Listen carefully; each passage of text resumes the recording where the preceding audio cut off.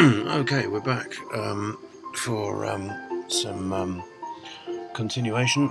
This is going to be about basically getting your essay structure together. You've got your header, your footer, you've got your document map set up. I mean, there are more clever things. Sorry, we've got Mozart's Piano Concerto number 20 now on the great BBC afternoon concert. Radio 3 will, much as you might like it, will just, there we are. It's Piano Concerto number 20 in D minor, Caracal 466, by this marvellous Czech Philharmonic Orchestra from Prague. Thank you.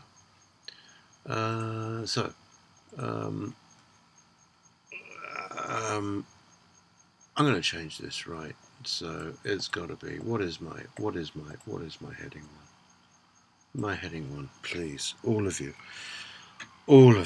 please, your first heading, the first part of the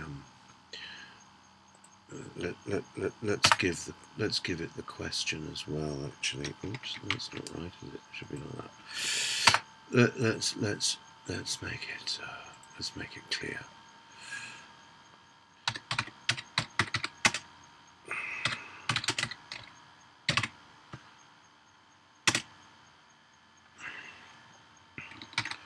Okay.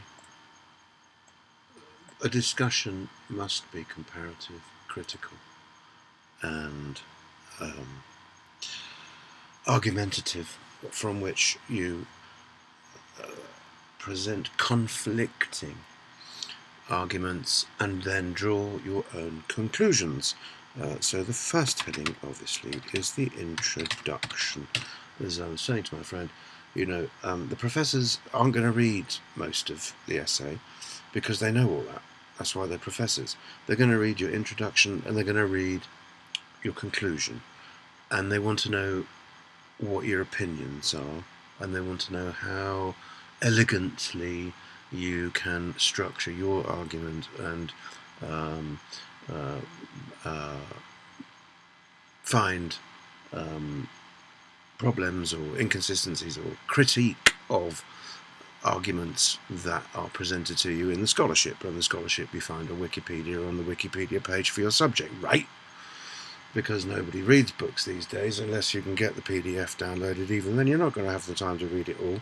So we're all going to use a bit of Wikipedia, and we're going to put that in our footnotes. However, introduction really ought to say what you're going to do. You're going to help the reader. You're going to help the reader navigate. First of all, you might look at the origin of the etymology. Okay, the Latin or the Greek for the word of the topic. As it happens, this topic happens to be, it's about stress management, which might be a rather good subject for someone learning computer software. Oops. Oh dear. Management. Stress management, as it happens, coincidentally.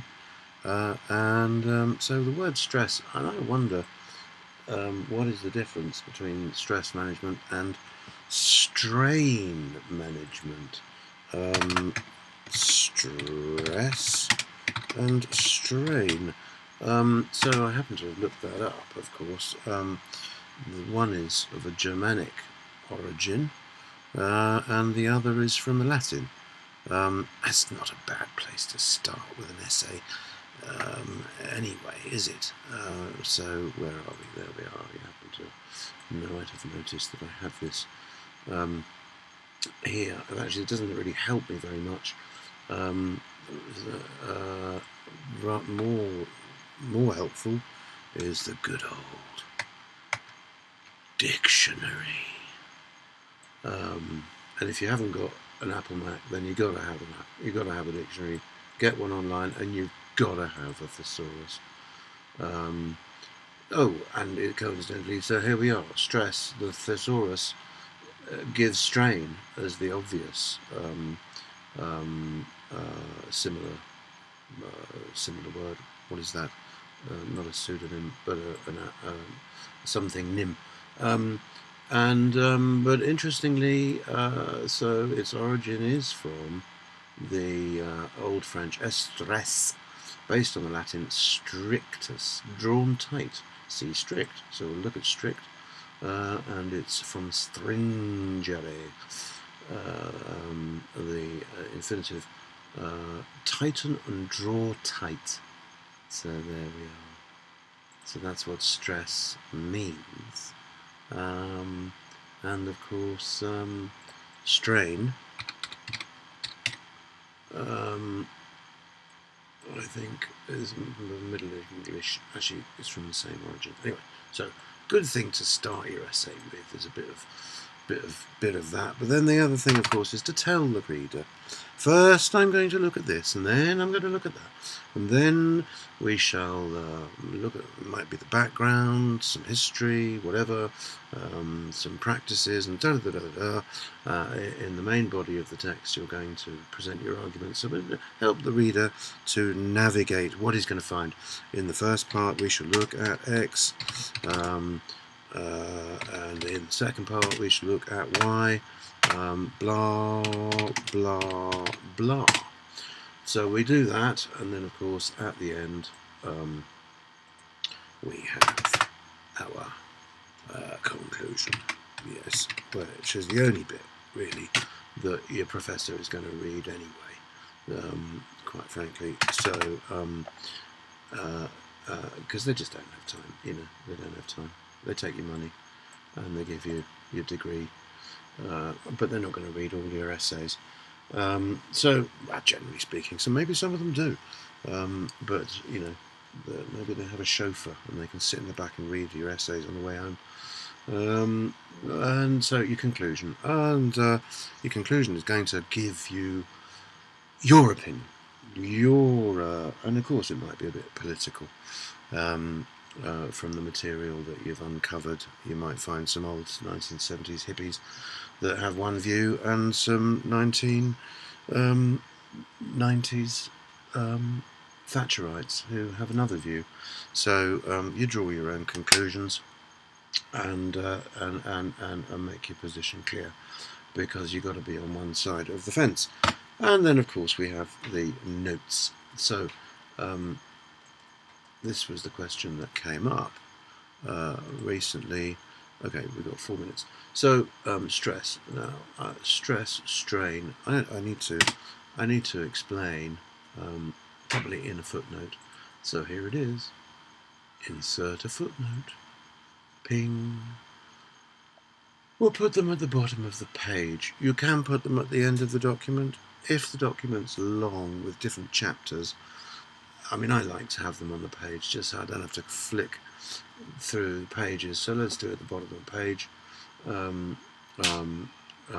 Columns match section layout. No, see this. Okay. Oh no, we'll have 2 columns actually. Custom mark. No, I don't want a custom mark. I can put a symbol in for the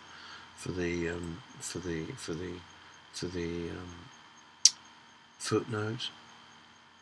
We could do that. I shouldn't have to. Numbering continuous, supply changes the whole document, so let's just insert it. Right, there it is. It goes into a little number, and I'm saying, what am I saying? That the origin is Latin, stringere.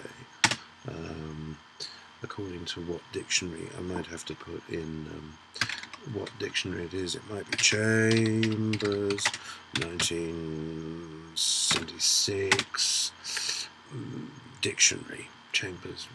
So that's your publisher and your date. Okay. So that's kind of expanding on something in the an expansion of a point in the text, or a secondary issue. Now I may have quoted, I may have something in the main part of my essay that research has shown. Yeah, that's a good one. Research has shown. Oh, blah blah blah blah blah. Well, what research? What research exactly? I need to justify that. I need to give the evidence. So I need a footnote, but I haven't got a reference yet. Actually, oops. Quick, Wikipedia, help. Research has shown what? Oops, I'm not. Yeah, okay, mechanics. It doesn't really matter what subject it is. Let's quickly go down to their references. Oh, here we are. Great. Okay. Oh, look, Mr. J.E. Gordon, or maybe her lady, Mrs. J.E. Gordon, 2000 structures. Well, why things don't fall down. Oh, I remember her. It was called Why Buildings Stand Up. Anyway, there it is. That's what we want. We want that. We want that in our footnote. Oh, yes, we do.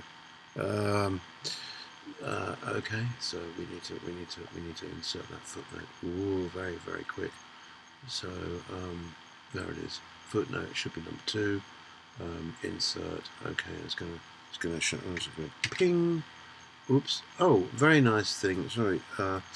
You can either do it here, match destination formatting.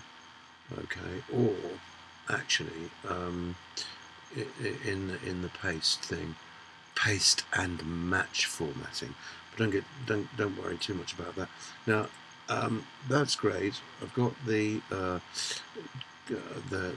might need to. I've got the reference. I might need to say it's page 36 to 45. Okay.